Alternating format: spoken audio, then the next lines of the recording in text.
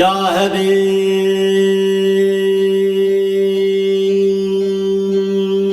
yaradan senden medet.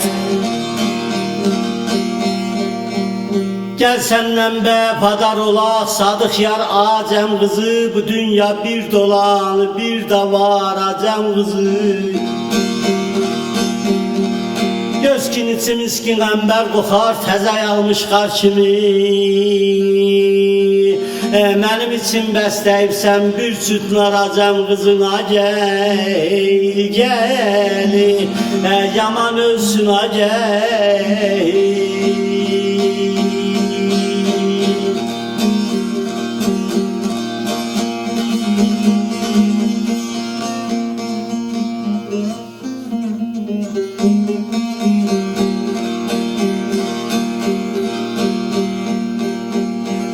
Yarayıp yaradan senden medet.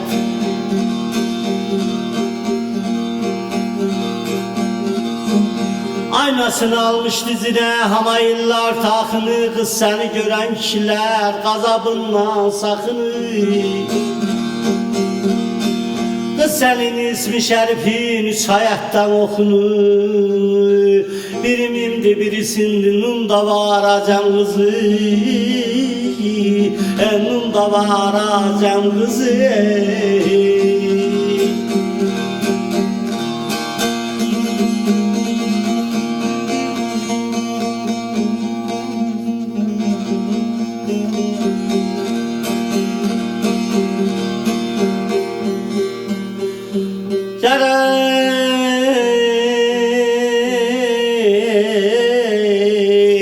Yarayıp yaradan senden medet.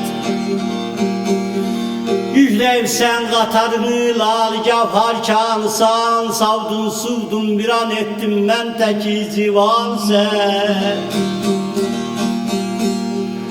Öldürdün aşk Ömer'in, indin ettin an seni. Özü bülbüldü asası sümbülü kaddişan ecem kızı. Özü bülbül saçı sümbül kaddişan ecem kızı.